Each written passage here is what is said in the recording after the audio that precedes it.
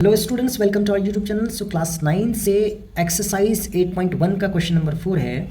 A B C D is a rectangle in which diagonal A C bisects angle A as well as angle C. So A B C D क्या है? एक rectangle है जिसमें ए सी एक diagonal है जिसमें angle A को bisect कर रहा है और एंगल सी को भी बाइसेक्ट कर रहा है। Show that A B C D is square. हमें क्या शो करना है कि ए बी सी डी एक स्क्वायर होगा। दूसरा में है डायगोनल बी डी बाइसेक्ट्स, यानी बी डी भी हमें क्या लेना पड़ेगा? डायगोनल्स लेना पड़ेगा।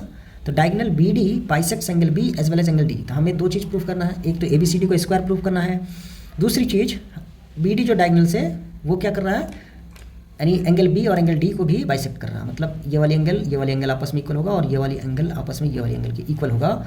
और ये गिवन है, ये वाली एंगल आपस में ऑलरेडी इक्वल है।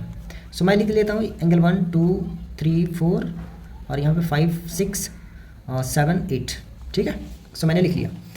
अब इसमें हमें जो गिवन है, गिवन क्या है कि ए बी सी डी जो है रेक्टेंगल। तो रेक्टेंगल में क्या क्या चीज़ें हो जाती हैं?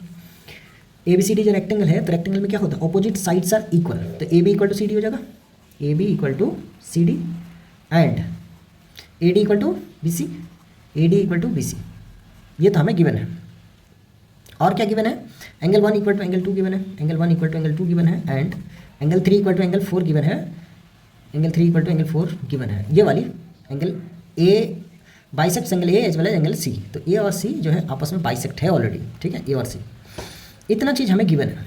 हमें प्रूफ करना है A B C D square होगा। कैसे होगा नहीं पता, but A B C D एक रेक्टेंगल है।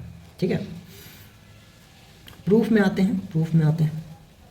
देखो एंगल 1 इक्वल टू एंगल 2 है, एंगल 1 इक्वल टू एंगल 2 है और एंगल 3 इक्वल टू एंगल 4 है। तो मैं इसी को लिखता हूँ यहाँ पे, मैं इसी को यहाँ से दोबारा से लिखता हूँ कि एंगल 1 इक्वल टू एंगल 2 है और एंगल 3 इक्वल टू एंगल 4 है और ये हमें गिवन है, ये हमें गिवन है। ठीक है, गिवन है। अब देखो कि A B parallel to C D होगा। क्यों? ए बी सी डी एक रेक्टेंगल है, रेक्टेंगल पैरेललोग्राम होता है। अगर थ्योरी वाले क्लास नहीं देखे हो तो देख लो जाके। So A B parallel to C D होगा। और अगर मैं ए सी को, अगर ए सी एज ए मैं यहाँ पे क्या मान लो, ट्रांसवर्सल, क्योंकि ट्रांसवर्सल दो हो सकता है। सो ए सी एज अ ट्रांसवर्सल, तो ए सी को अगर मैं ट्रांसवर्सल ले लूँ तो मैं क्या यहाँ लिख सकता हूँ कि एंगल 1 इक्वल टू एंगल 3, यानी ये वाली एंगल ये वाली एंगल के इक्वल होगी। क्यों? Alternate interior angle 1 equal to angle 3 होगी ही होगी और एंगल 2 इक्वल टू एंगल 4 भी हो जाएगी। खैर उससे हमको लेना देना है नहीं। अभी यहाँ से देखो, मेन मकसद हमारा यहाँ से है कि अगर मैं इसको इक्वेशन 1 ले लूँ, इसको 2 ले लूँ और इसको मैं 3 ले लूँ। ठीक है, सो आप 1 2 3 तीनों से देखोगे एंगल 1 इक्वल टू एंगल 4 हो जा रहा है। क्या? Angle 1 equal to angle 4। अच्छा, ये तो यहीं से हो जा रहा था। इसी दो इक्वेशन से अगर देखोगे, हाँ तीनों से देखोगे, सो एंगल यानी implies angle 1 equal to angle 4, angle 1 equal to angle 4 हो जा रहा है। अब इससे क्या फ़ायदा हुआ, मैंने क्यों किया ऐसा? देखो एंगल 1 इक्वल टू एंगल 4 हो गया यहाँ से फ्रॉम 3 इक्वेशंस। ठीक है, ऑल 3 इक्वेशंस। अब इससे फ़ायदा क्या हुआ? देखो ये वाली एंगल और ये वाली एंगल अगर आपस में इक्वल है तो इसके ऑपोजिट साइड्स क्या होता है, वो भी इक्वल होता है। ये थ्योरी है, sides opposite to equal angles are equal. ठीक है, सो यहाँ से मैं क्या लिख सकता हूँ, यहाँ से मैं लिख सकता हूँ कि A B equal to B C, यहाँ से लिख सकता हूँ A B equal to B C. अब ये कैसे होगा? यहाँ पे रीजन मार देंगे। रीजन क्या मारेंगे? Sides opposite to equal angles are equal. ठीक है, तो sides opposite to equal angles are equal. तो ऑपोजिट साइड्स के जो एंगल्स होता है उसके ऑपोजिट साइड्स क्या होता है? आपस में इक्वल होता है। अच्छा, यहाँ से मैं इसको अगर मैं इक्वेशन ले लूँ कुछ, और हमें गिवन क्या है और चीज़ें, और हमें गिवन क्या है? हमें गिवन है A B equal to C D. इसको मैं ले लेता हूँ इक्वेशन 1, इसको इक्वेशन 1 ले लिया। और now A B equal to C D हमें गिवन है और A D equal to B C भी गिवन है, तो अगर मैं इसको equation 1 A B equal to B C आ गया हमारा, और यहाँ से मैं कोई किसी एक को भी उठा लूँ। ठीक है, तीनों को ले लेता हूँ मैं। ये इक्वेशन हमारा 2 और ये इक्वेशन 3। तो इक्वेशन 1 2 3 तीनों से देखोगे तो आपस में चारों साइड्स इक्वल हो गया है। सो फ्रॉम इक्वेशन 1 2 and 3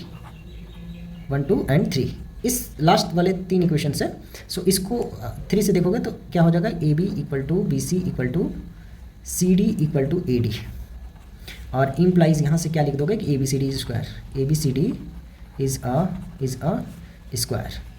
तो यहाँ से क्या हो जाएगा, ए बी सी डी एक स्क्वायर हो जाएगा, और यही हमें प्रूफ करने बोला था। तो फर्स्ट पार्ट हमारा यहाँ से हो जाता है प्रूफ्ड। अगर आपको नहीं समझ में आ रहा ना तो मैं 1 मिनट दे दो मेरे को, मैं आपको ना कॉपी में बता देता हूँ दोबारा से।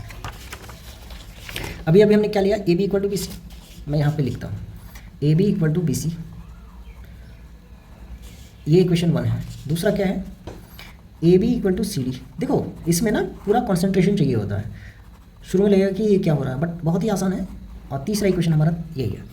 अब ये तीनों आपस में इक्वल कैसे हैं, देखो मैं कुछ वैल्यूज़ ले लेता हूँ ना, यहाँ पे ले लेता हूँ कि A B equal to B C equal to 4 ले लिया मैंने, ए बी का वैल्यू 4, तो ए बी का वैल्यू 4 हो गया, ठीक है। बी सी का भी वैल्यू 4 हो गया, यहाँ पे भी ए बी है तो इसका मतलब है इसका भी वैल्यू 4 हो जाएगा। और जब इसका वैल्यू 4 होगा तो ये सी डी के इक्वल है, तो सी डी का वैल्यू कितना हो जाएगा, ये भी हो जाएगा 4। अब यहाँ पे देखो ए डी बी सी में से क्या पता है, यहाँ बी सी पता है, बी सी का वैल्यू कितना है 4, तो अल्टीमेटली हमारा ए डी का वैल्यू भी कितना हो जा रहा है 4। तो अभी यहाँ से देखो कि A B B C C D और ए डी सबका वैल्यू सेम आ रहा है। तो मैं अगर तीनों इक्वेशन से ये चीज़ लिख रहा हूँ तो बिल्कुल सही लिख रहा हूँ, ठीक है। आपको थोड़ी सी कॉन्सेंट्रेशन की ज़रूरत है। अभी नेक्स्ट है हमारा diagonals B D bisects angle B and as well as angle D.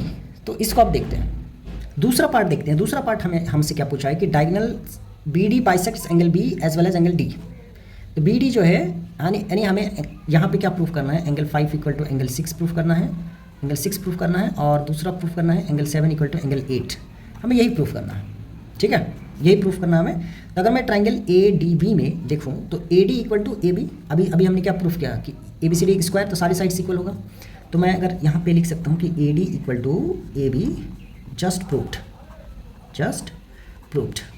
अगर ये चीज़ मैं लिखता हूँ तो क्या मैं लिख सकता हूँ कि एंगल 6 इक्वल टू एंगल 7। अब बोलो सर कैसे, एंगल 6 इक्वल टू एंगल 7 कैसे, angles opposite to equal sides are equal. तो इस साइड का अपोजिट एंगल और इस साइड का अपोजिट एंगल्स क्या है, 6 और 7 ही तो है। यहाँ से मैं क्या रीजन में क्या लिखना पड़ेगा, angles opposite to equal sides are equal, ठीक है। ये हमने रीजन दिया, परफेक्ट रीजन है, ओके, ये हो गया। अभी आप देखो, अगर मैं A B C D parallel to C D है, as A B parallel to C D है, और मैं बी डी को एज ए ट्रांसवर्सल लूँ अगर, and B D as a transversal,